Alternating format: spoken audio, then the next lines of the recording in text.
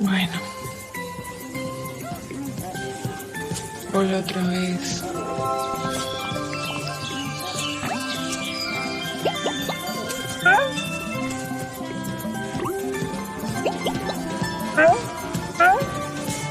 Ay, no.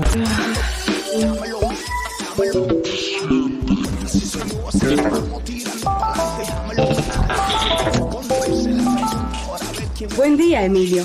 ¿Qué puedo hacer por usted? ¿Qué está pasando? Mis puntos están bien.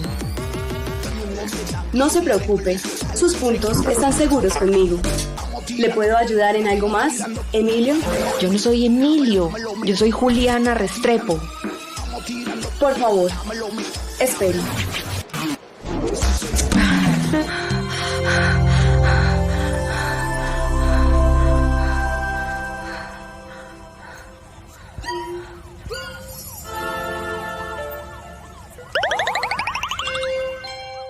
Good afternoon, everyone.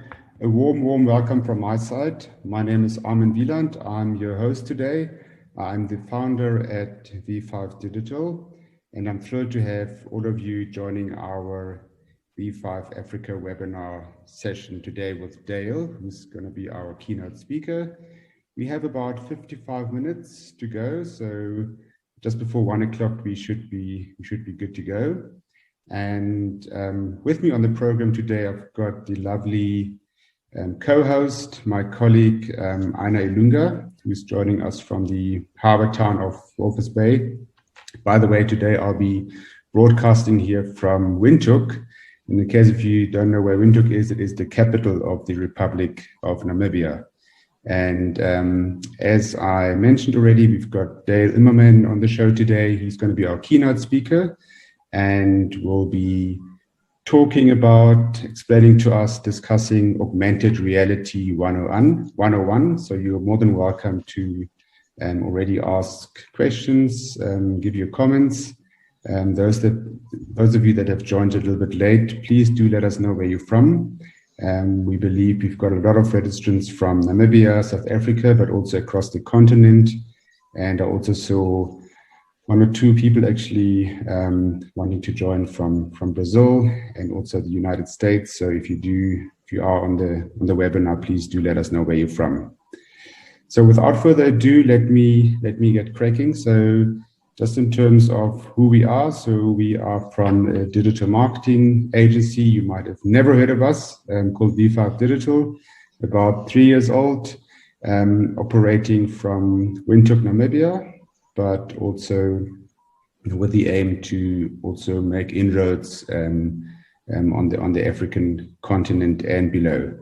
Listed on the slides are our services. So I'm not going to bore you and go through them in detail. But if you do require our services, please do get in touch with either myself or with one of our customer success officers. Just in terms of our technology partners with whom this webinar wouldn't have been possible. So we've got Rocket Seed on board, which is our email signature and email banner solution. Salesforce, the world's #1 CRM. And lastly, but not least, SharpSpring, a marketing automation platform. So we at V5 Digital are a proud partner of all three software vendors. So if you do have a need of any of those solutions, please do get in touch with us. With that, I would like to hand over to my co-host, Aina Ilunga, who will just do some housekeeping, and then we are good. We are off with Dale. Okay, good afternoon, everybody. And for those who are somewhere else, good morning and good evening, because we don't know where you're calling in from. My name is Aina Ilunga, Customer Success Officer at V5 Digital. And just a few housekeeping rules. This webinar will be recorded, everybody, and you will receive your recording after the webinar. After the webinar, sorry. There's a question Q&A functionality on your screen. You can click there if you want to ask a question to Dale, Armin, or myself, and we will answer it actively there, or we can answer it in the chat box.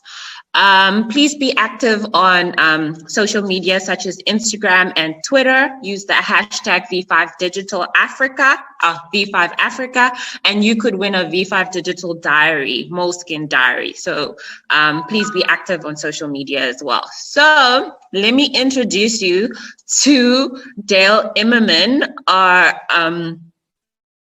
reality guru, to take forth the stage. Dale, it's yours.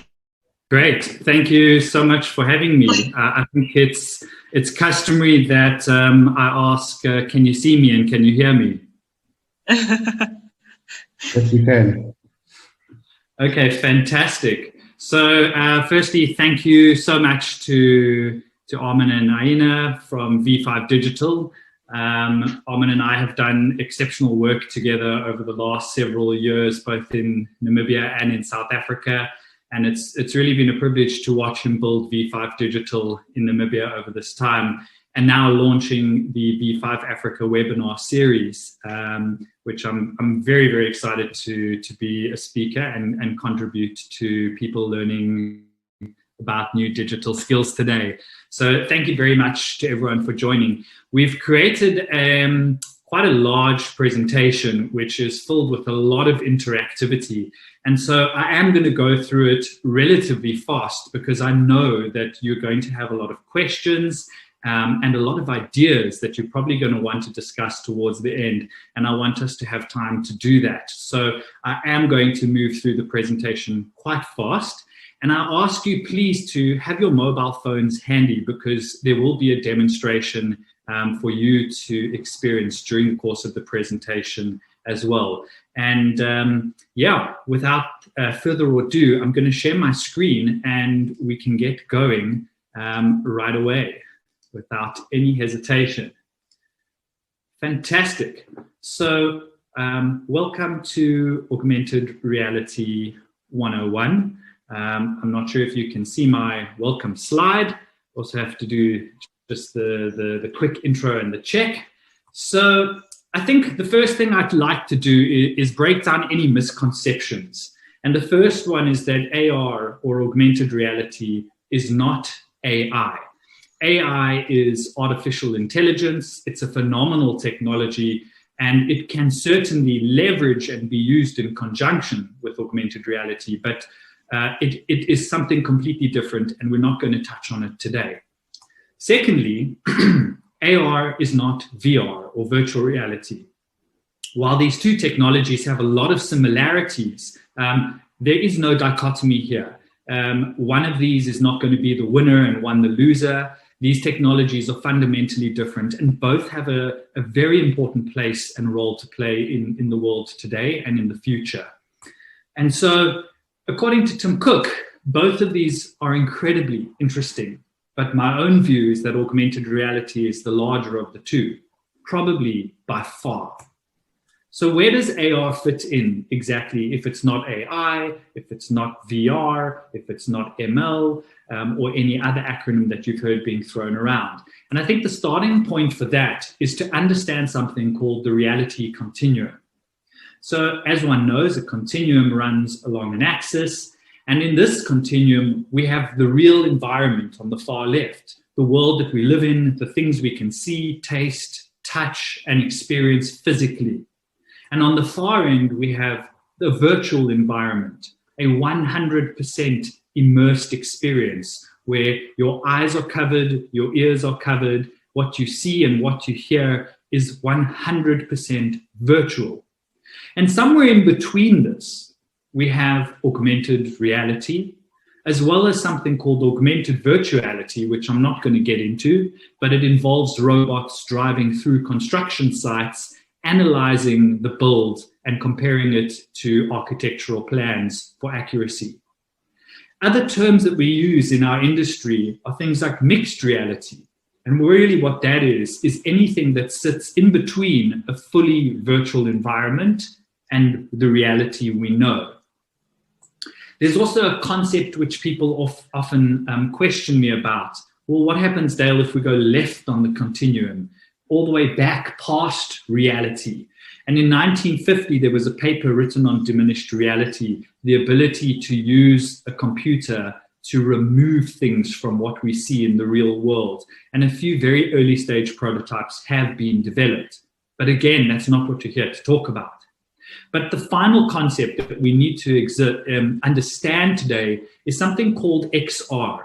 And really what that is a blanket term for everything in this space. Augmented reality, mixed reality, augmented virtuality, virtual reality, it all falls under the blanket of XR. And so I do want to touch on XR very, very slightly today. The ultimate computer for me is the mixed reality world. Your field of view becomes an infinite display. You see the world, and in the world, you see virtual objects and holograms. This is Satya Nadella from Microsoft. And just so you know, Microsoft owns more than 10,000 XR patents to date, according to Statista.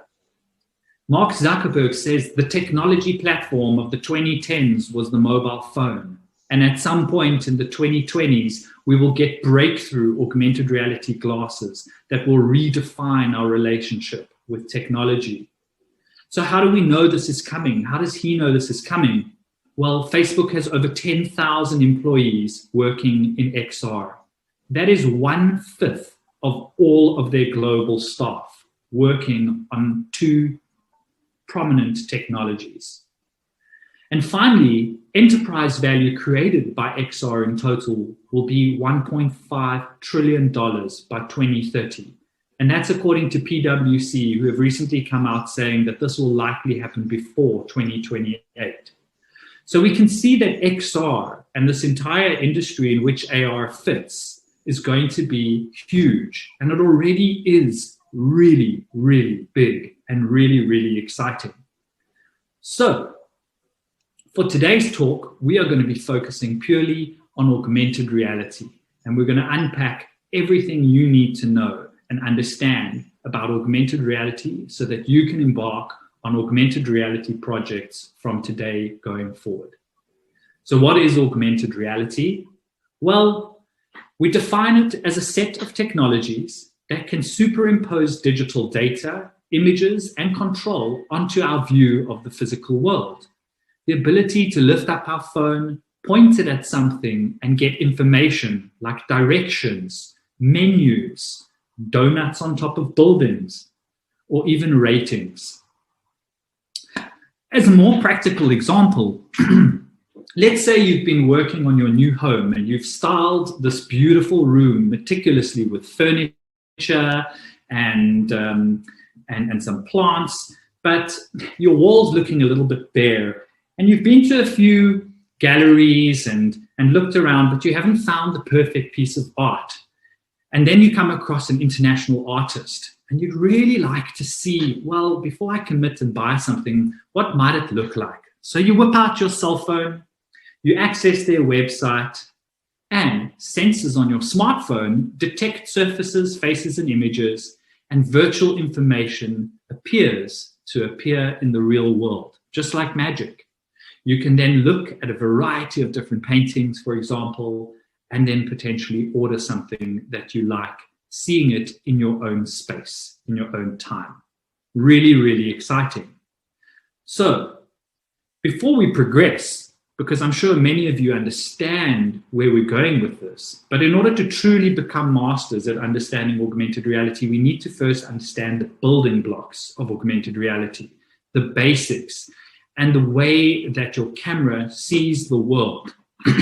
So I'm going to share with you 5 different examples now of augmented reality experiences using different ways of displaying digital objects in the real world.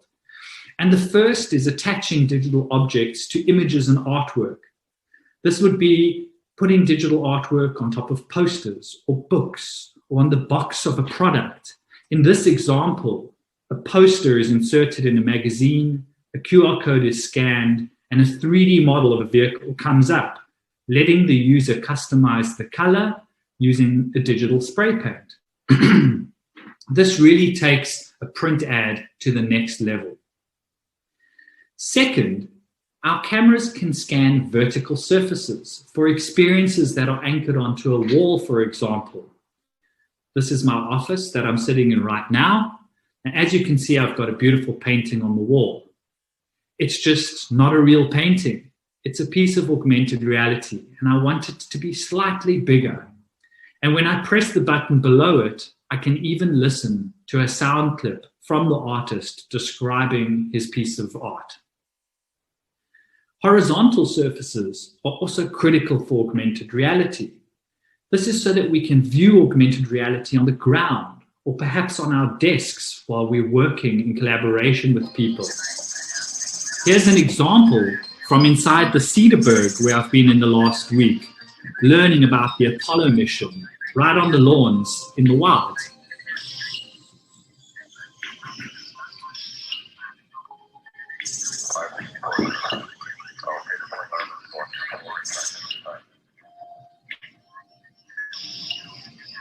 As you can see, the digital object looks like it's really there, and I can engage with it in such a way that I can learn about it and hear sound and see the physical form take place in my environment wherever I am.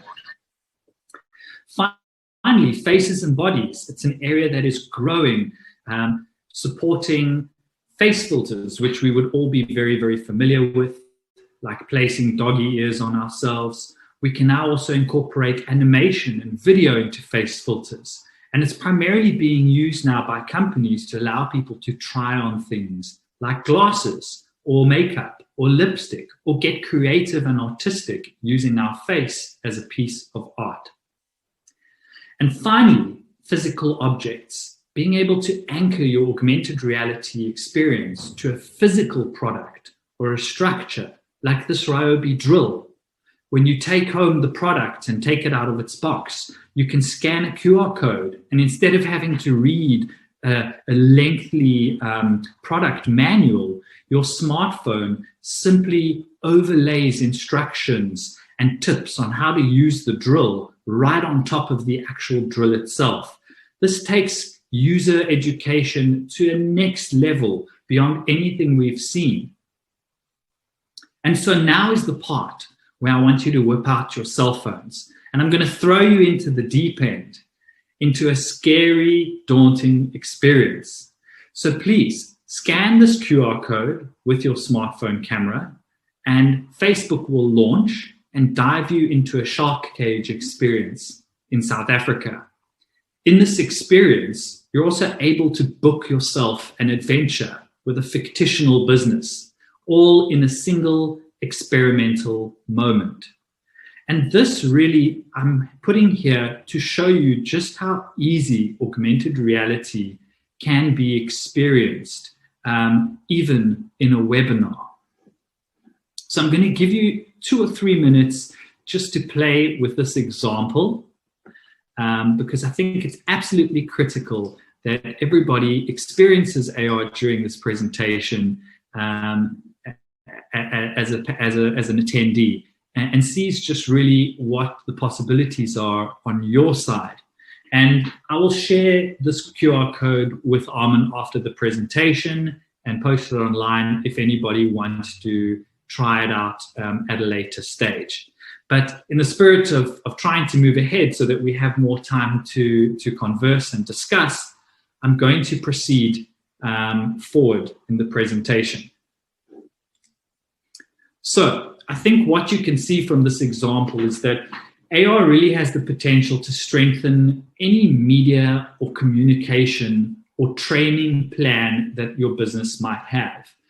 And surprisingly, you can get started with a budget of as little as $10,000 US to create a really exceptional AR experience. Great. So let's talk about where people can access augmented reality. If you're still playing with the existing demo, that's all right. In social media and search apps like Facebook, where you're currently experiencing the shark cage, you can experience augmented reality experiences in all of these platforms. You can launch advertising units within each of these platforms, and people can engage with an augmented reality experience inside these platforms without ever leaving them, with full metrics to measure everything that you're doing. The second place, and the most recent place we've been able to deploy augmented reality to, is in the smartphone browsers, both on Apple's Safari in iOS, as well as on Google's Android Chrome app.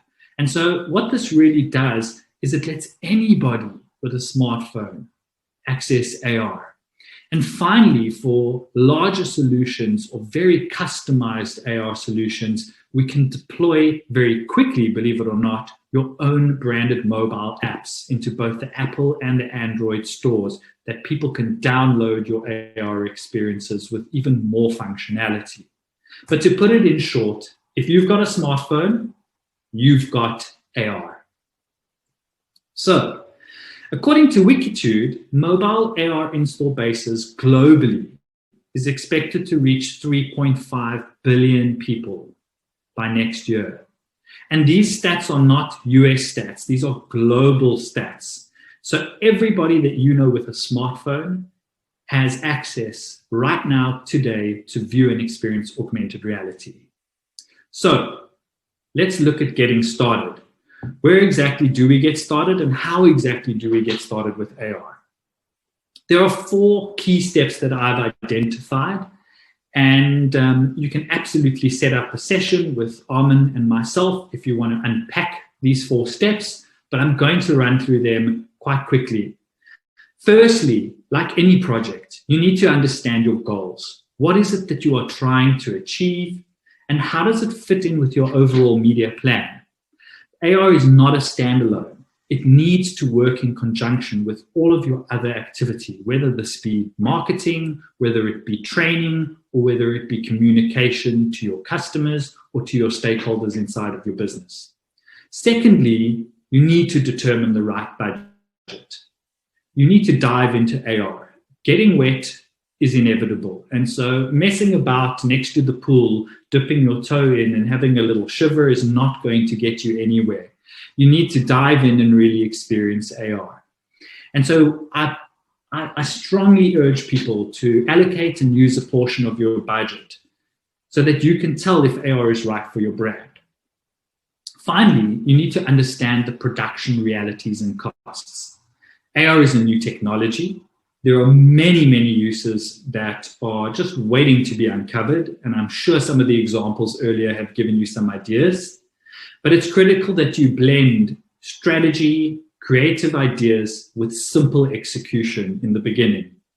And it's incredibly important that you engage with a partner to suss out your ideas and your requirements. Again, you can engage with V5 Digital or myself.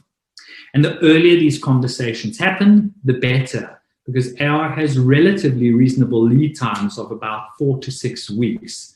I know that working with some big agencies, you can't even get a flyer or a poster that quickly. And finally, you have to have measurement and attribution plans in place.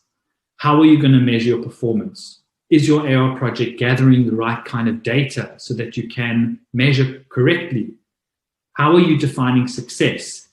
And what learnings are you going to take away so that you can apply a second project with new insights? So, if we look at AR, Pokemon Go had over 147 million monthly active users by the end of 2018. So if you think this is a new technology that's coming, that's a stat from almost 3 years ago. Over 1 billion global downloads by early 2019. And their business grossed more than $6 billion in revenue as of 2020.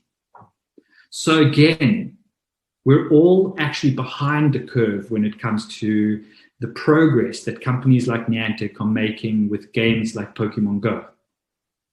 So Facebook IQ, a survey recently done globally, states that among those who have tried AR to explore products and services, 44%, almost half of all people, said that they did it for the first time during the pandemic started. This really indicates to us the importance of how this technology supports remote working, remote collaboration, remote presentation, and customers shopping in a more remote fashion. A quarter, 26% of smartphone shoppers are more likely to buy products from retailers that offer AR experiences. This is according to Google's global shopping technology study conducted earlier this year. And Shopify saw a 200% increase in conversions after using AR for product visualizations. Overstock similarly saw conversions growing from 10% to 200% when using AR in its product catalogs online, according to Statista. So what makes up an AR project? And I think the best way to really show you this is to try and do a demonstration here today. So I'm going to have to switch to another machine and do this demonstration for you live. And I hope it doesn't go scary. But really in this demonstration, what I'm going to cover is discovery, 3D models, interface, interactivity, and creativity. So I'm going to stop sharing this screen and I'm going to find myself in another screen and try and make myself the leader of this presentation. So let's start a broadcast over here. Let's turn my microphone on and mute myself here.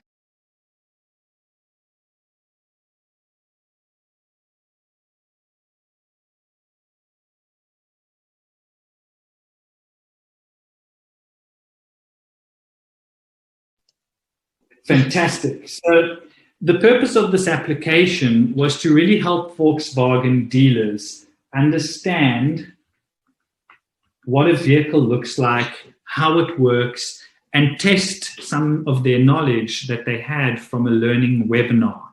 This was during COVID, and the vehicle was unable to reach people from Volkswagen.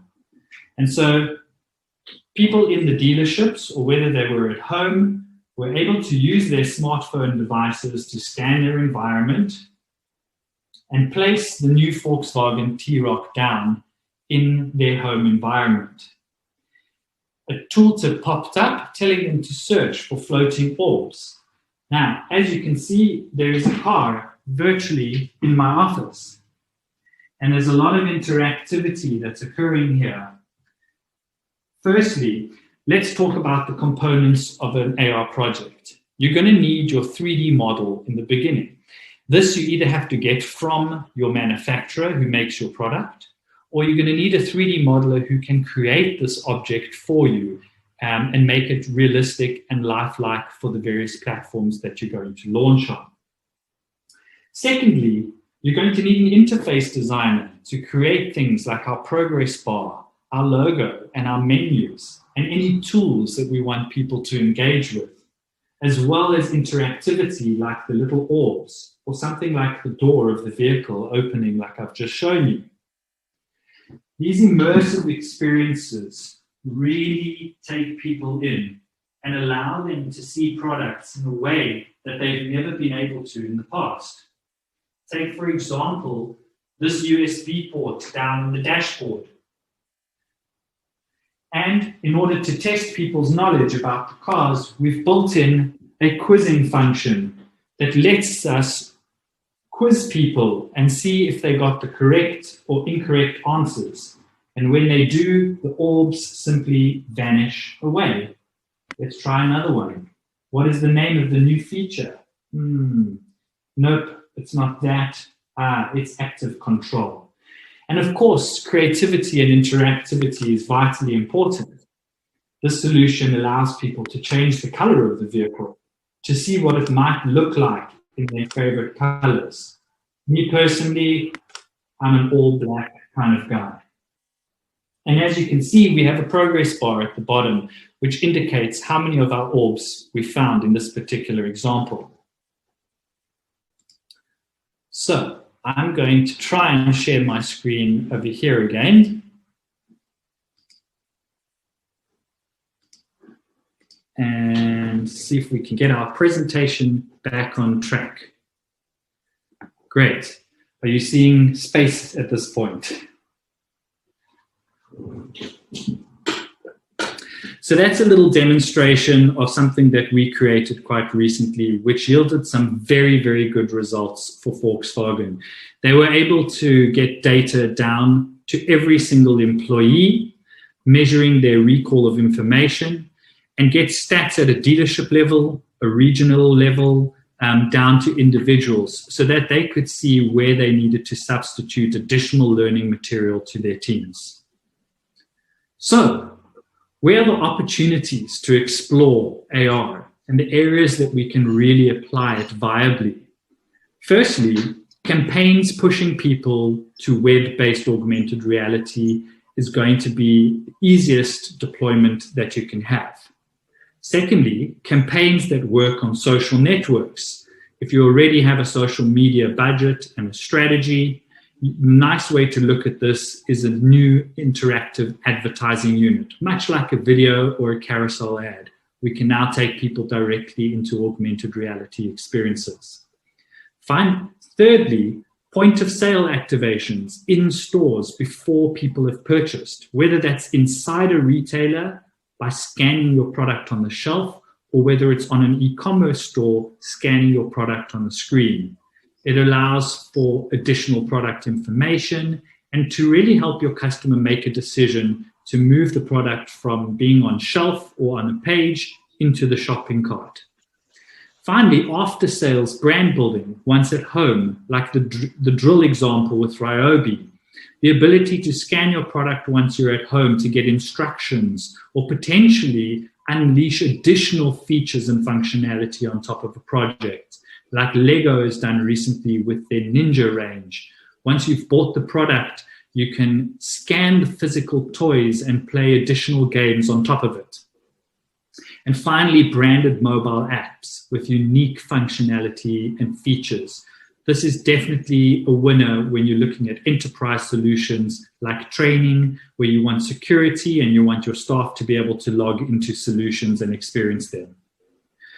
And finally, I wanted to show you some more advanced examples of augmented reality before we move into question and answer sessions and end off the session. So what we've seen is a massive rise in try-on apps, helping people visualize products and reducing customer returns significantly according to numerous online stores.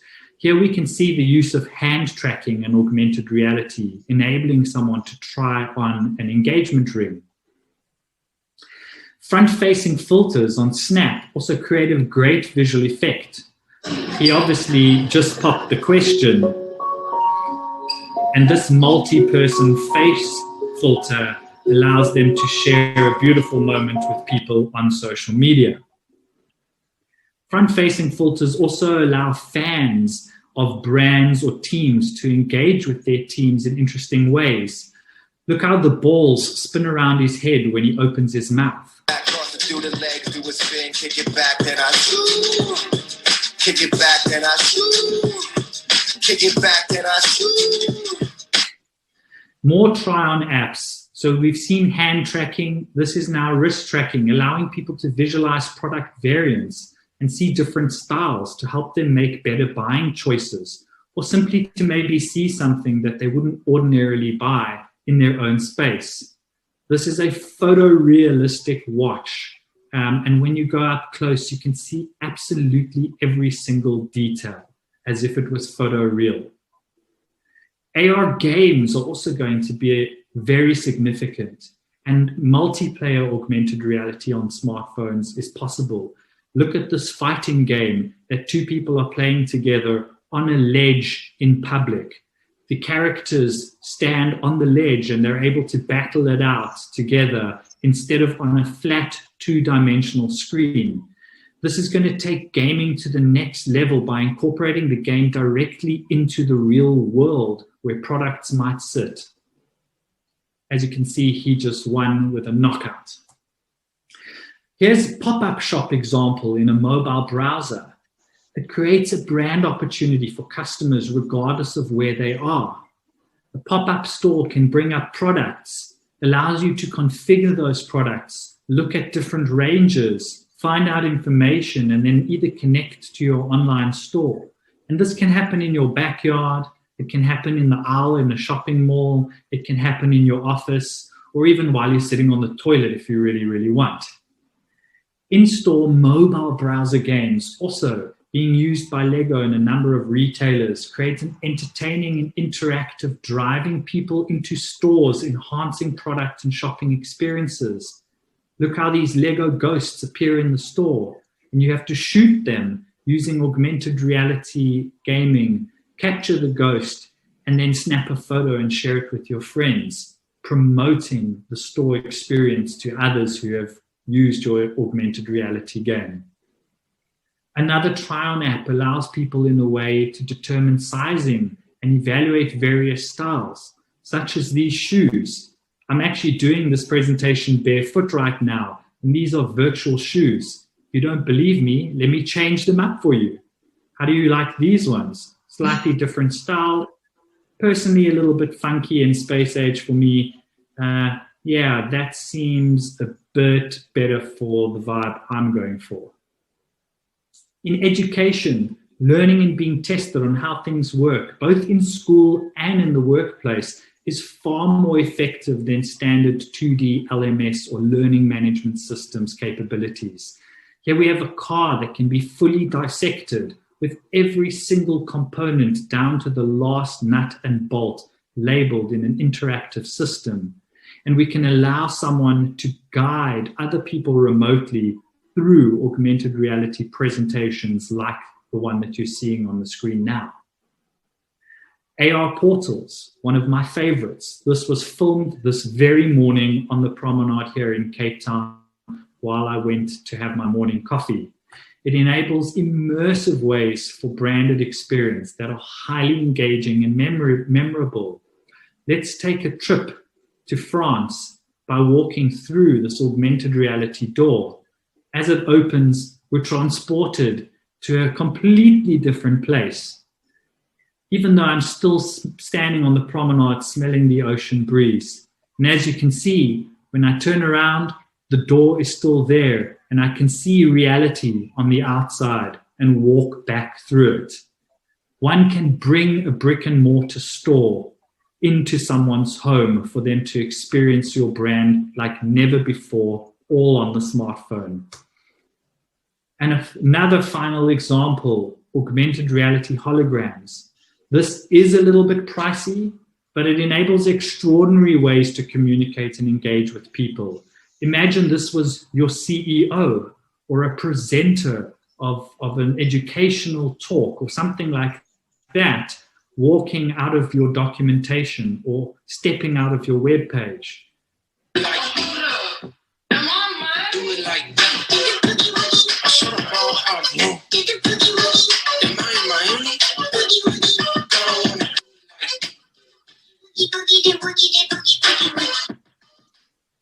So that is a fully 3D character in my lounge. It's the closest we've come to the dream of holograms.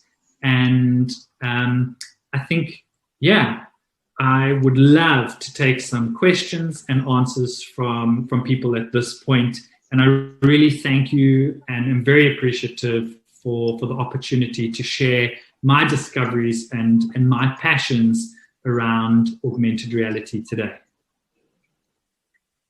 Well, Dale, I'm thoroughly mind blown by everything that you showed us right now. I'd like to bring to your attention about two questions. One is in the Q&A facility functionality, which says, I want to implement hand-shape detections. Same goes like image recognition, like detection, the finger spelling pattern. Is this possible? Yes, absolutely. Look, if you've seen an example or you've seen a demonstration of something online, it typically means someone has built it. I'm not sure exactly which example is being referred to in that question, but what I have seen emerge in the last couple of days are two really interesting examples. One was the use of hand tracking to be able to sign, and above your hand, the actual letters and the words of that type of sign language appear for someone who potentially is deaf. One could even take that a step further, and someone who is blind, as well as someone who is blind, could scan the world around them and get audio augmentation in their headphones, describing to them what is actually around them. So from an accessibility perspective, augmented reality, when connected with things like computer vision and potentially artificial intelligence, yes, we can create solutions like that, and relatively easily. Wow, that's amazing. Next question is from Damla Severe. Sorry if I'm pronouncing your names wrong. I'm really sorry. How can we use AR in restaurants, food industry? Thanks, Dale. So I've seen a few use cases of augmented reality being used in restaurants. With the pandemic, I'm sure if you've been to a restaurant, often they are now using QR codes, which open up either a web page or a PDF menu. And these are great and sometimes just contain descriptions of the menu items and prices. In some cases, they might contain a photo of the food. With augmented reality, we would be able to actually place the meal down onto the table in front of the customer so that they could actually see what that meal potentially looks like. Whether or not this would be valuable to most people or not is a question. And so with all AR projects, it's absolutely viable to establish the viability of your project. And I often, as a blanket recommendation, always tell people when using any technology, including augmented reality, to consider the question of, am I using the tech for technology's sake, or is this actually adding more value than what is currently available? And I think the restaurant solution is definitely questionable as to whether augmented reality can offer you something, truly unique and beneficial over and above a typical menu. Where I have seen interesting examples, those who live in South Africa would be familiar with Spur restaurants. Spur restaurants has always been focused on being a family restaurant, and when you go to Spur, they often provide kids with coloring in books and crayons. And about 3 years ago, Spur did an augmented reality campaign where once you've colored in your little character, you can scan it and it comes to life, and kids can actually play with that character on the table. And so that takes the family experience to the next level in the restaurant example. But I'm sure there are many other creative executions that one could incorporate to allow people to earn loyalty points or potentially get vouchers at their favorite restaurants. Wow. Here's a very good question, which came from Gaitan Greg. Very informative. The content looks very data heavy. Considering RAM space needed for most first-person games, what kind of handheld devices are needed to enjoy a full AR experience on the ground? The most of Namibian smartphones are very entry level with 3G and some second level 4G. Is this 5G tech, or is AR still viable in our environment? Great question, Greg. Yeah, that is an absolutely brilliant question. And there seems to be quite a misconception that augmented reality actually uses a lot of data. people in these environments are already using video in a very, very heavy way. And I would argue that it's probably the number one consumed piece of content in environments like Namibia as well as South Africa on networks that are 3G and in South Africa, some areas with 4G. So the interesting thing is, while it uses many game fundamentals, this isn't a full-blown game engine with gigabytes of information. And what's unique about AR is that the information is pulled down onto the device and then processed on the device's side. So you're not actually streaming anything in the examples that I've provided. The data and the imagery is downloaded, and the work that the phone is doing is really just positioning on the phone side. And that is how they're able to deliver a really smooth experience on lower entry-level smartphones in areas where data is a little bit inhibited. Like any technology, of course, your experience is going to be better if you have a more powerful device, if you have a faster connection.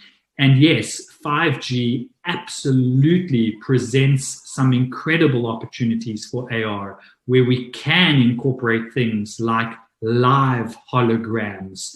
In fact, just this week, an example was created by a brand where you could put a stage down on your desk and there was a real-time hologram of a DJ playing. And so it wasn't a pre-recorded AR object. He was being 3D scanned in real time, and that feed was being sent into a holographic scene that you could look at and engage with other people simultaneously.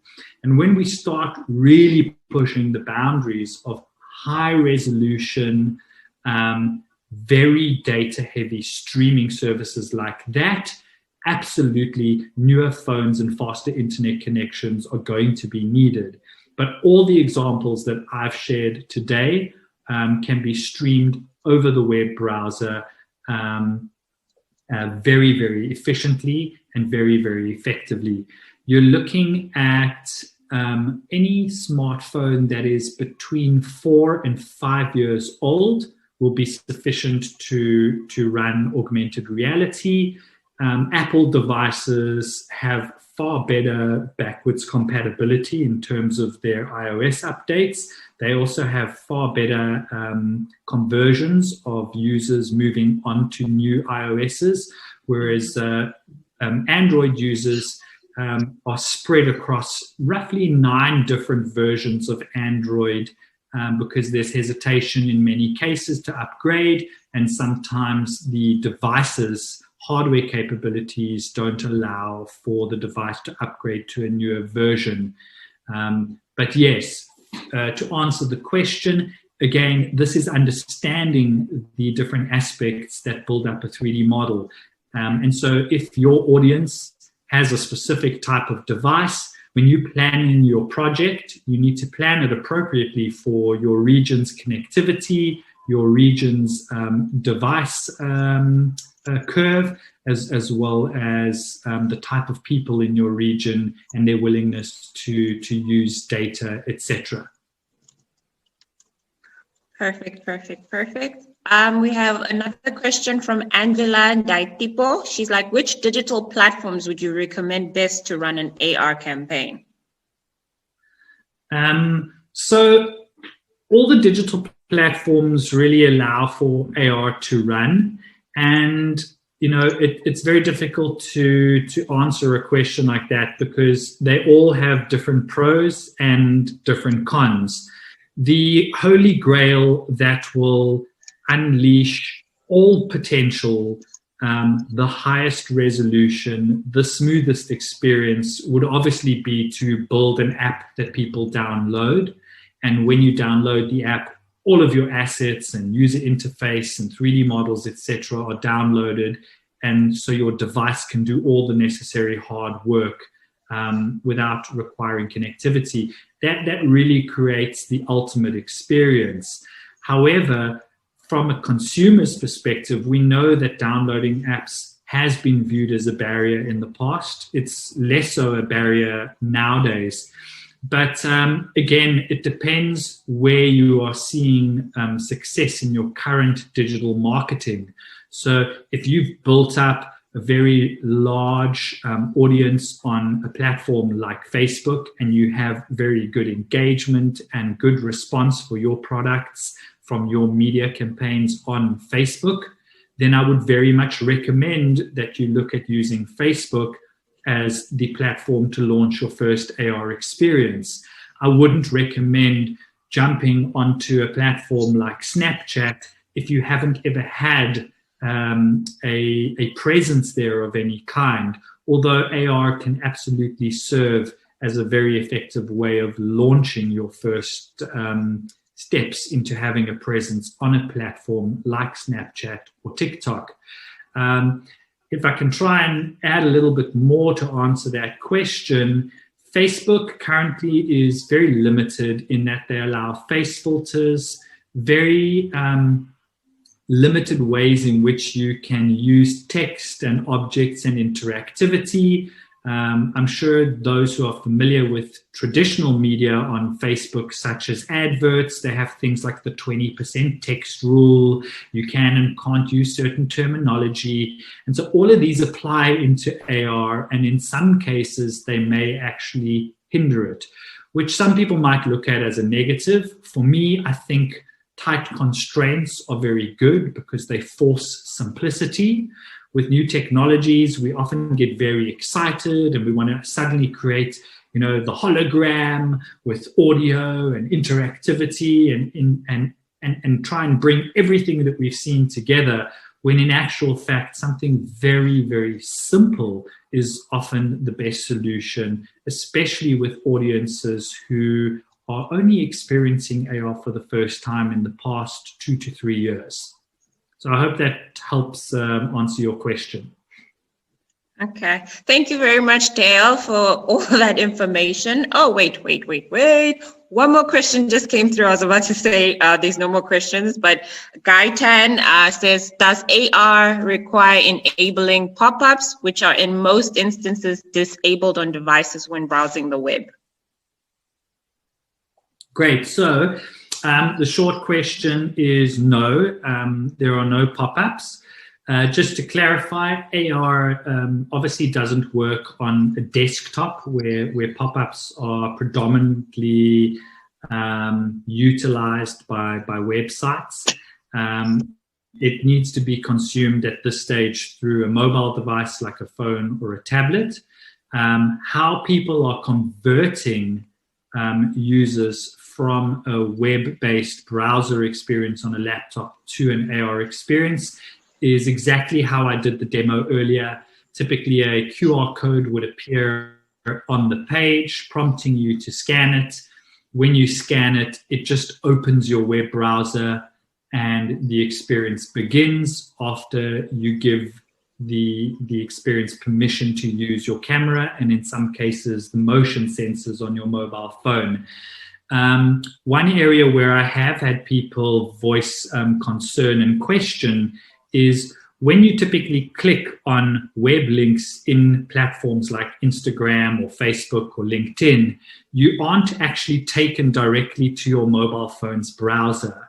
A pop-up browser, if one can call it that, emerges within the Facebook or LinkedIn app. And there, we've made sure that the partners we work with are able to launch augmented reality in those pop-up browsers.